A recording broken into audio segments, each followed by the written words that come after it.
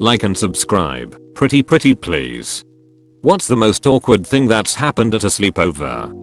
Camping in the backyard with some friends. When I had to pee super bad, I couldn't find the zipper to the tent to get out, and I was about to burst. So, I ended up trying to pee through the mesh window. I don't know why. Well, peeing through mesh doesn't work very well, especially with terrible 9-year-old aim, and I ended up laying a pretty thick layer of atomized urine all over everyone else in the tent. In the morning it turns out, one of my other friends was awake, pretending to be asleep, and saw the whole thing, and told everyone it was me who peed all over everything in the tent. Dude was awake while he was getting piss all over him and said nothing. What the fuck, man? Needless to say, I was not invited to another sleepover for quite a while.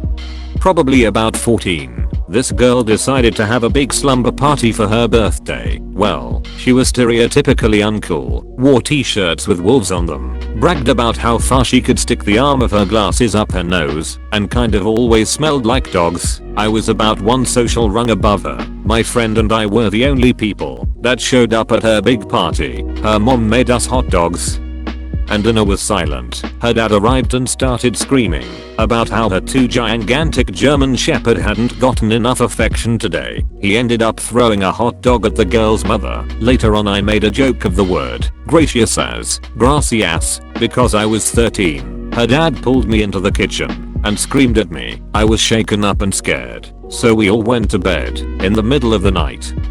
My friend and I woke up with the girl sitting upright between us and shaking us awake. We tried to figure out what was going on, and she just said, "You know, we could kiss." Having no interest in such things at that age, I was thoroughly disturbed. My friend called her mom and claimed we were sick and had to be picked up immediately. It was just too much discomfort for one night.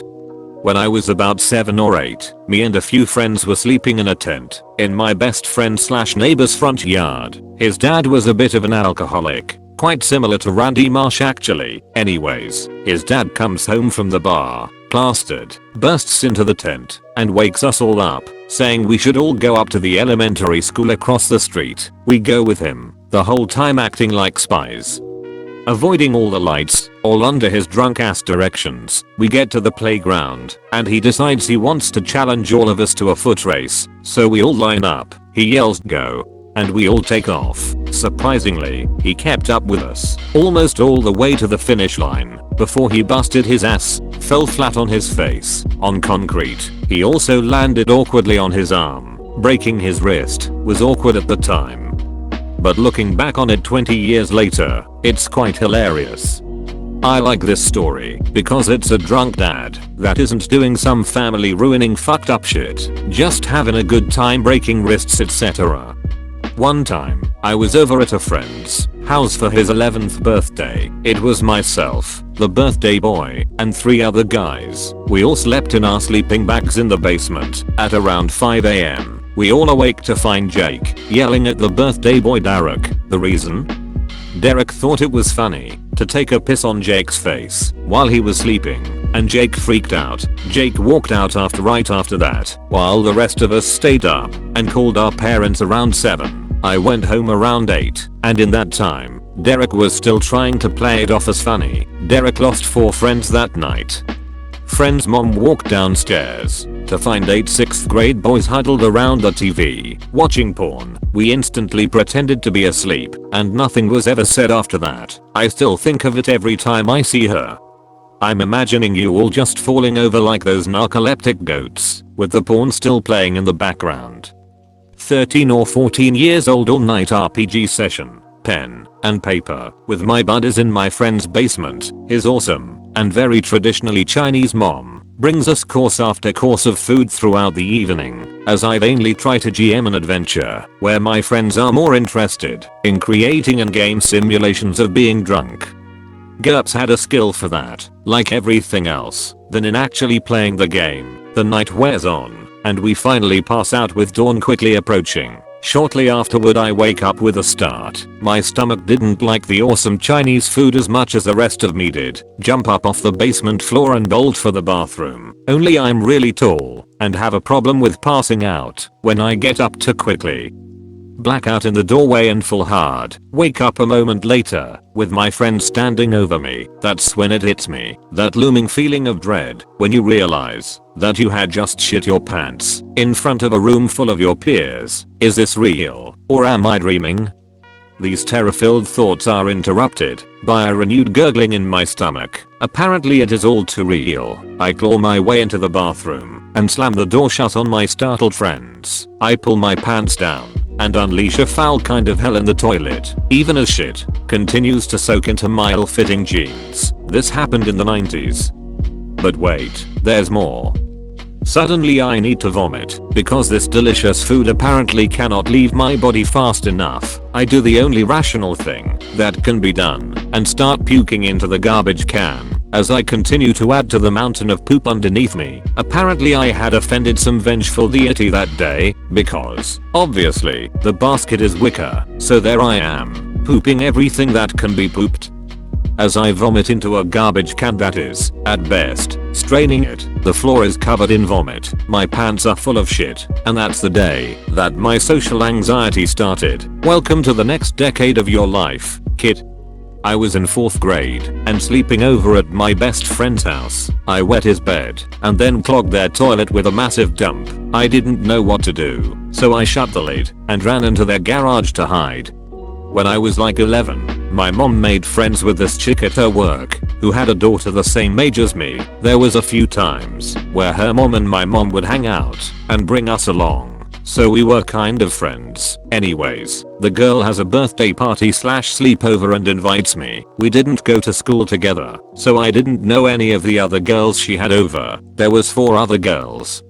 So we eat pizza, swim in her pool, sleep over stuff. So later in the night, after her mom and her mom's boyfriend had gone to bed, we are all hanging out in her room, just talking about weird preteen shit while listening to music. So the TV is on, but since we have music on the TV is on mute. I don't know who put it on or how long it had been on, but in the middle of our conversation this girl says, "Oh my god, look at the TV."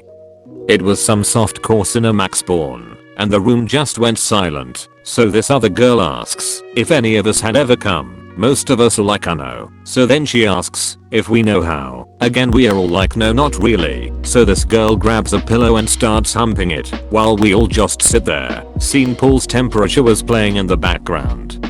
I was sleeping over at my cousin's house. We stayed up and snuck out into the living room to watch Cinemax. It was after midnight, and back in those days, that was when all the titty flicks came on. One came on that my cousin was really into. He started touching his raging erection in his pajama pants, and then he let out a blood-curdling scream. Somehow he ruptured a vein or something in his peen. We had to go wake up his mom. She looked at it and decided we had to go to the emergency room. Our whole family still makes fun of him for that until this day when we get together. He got so turned on that his dick broke. About 11 years ago, sleepover with girls and boys. All lights are out for about 10 minutes. We have all settled down and gotten silent for sleeping. Then we hear a grown male voice clearly enunciate the word what. Now, let me be clear. This was not a child's voice. This was like hearing James Earl Jones say what. There was about a 10-second silence. And then one of the girls says, "Who said that?" Silence. Then one of the boys starts laughing uncontrollably. We turn the lights on, and he is laughing so hard that he's crying. Here we are, all freaking out about some strange man in our room while we sleep, and he's pissing himself laughing. He finally calms down enough to tell us that it wasn't a person who asked what. He farted the word. His fart sounded exactly like the word what. We all cracked up. To this day, everyone from that party still answers phone calls from each other with what? In about grade 7, I had a sleepover with a few friends. One of them started crying when we started watching The Simpsons because he wasn't allowed to watch it at home. We couldn't calm him down for almost an hour. Back when I used to pee the bed in 3rd grade, I fell asleep in my friend's bed during a sleepover at his house. I pissed the bed. It was awkward, and I never stayed the night at his house again. But what was most awkward was that when I woke up, he was sitting in a chair staring at me, waiting for me to wake up. It was 1st grade, my first sleepover party. We were watching one of the Star Wars movies and talking Pokemon cards. We were all having a great time. bedtime rolls around and my dad has to bend over to turn the VCR off. As he crouches down, he lets rip a fart so thunderous, Thor would have cowered right into the face of my best friend at the time. I was about 10, sleeping over with a group of pals, including my buddy's little brother who was around 6. We finished up a few rousing games of Donkey Kong 64 and Hydro Thunder, and all went to bed. Woke up to find the little brother standing ominously above me, butt ass naked, except for a pair of Christmas themed tube socks on his hands and arms. And peeing into my half open sleeping bag. No more sleepovers at Ryan's house.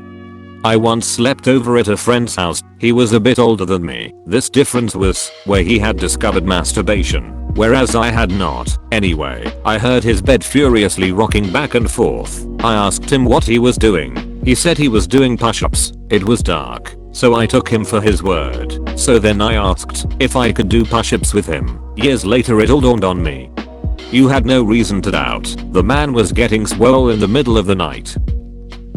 Thanks for watching, like and subscribe.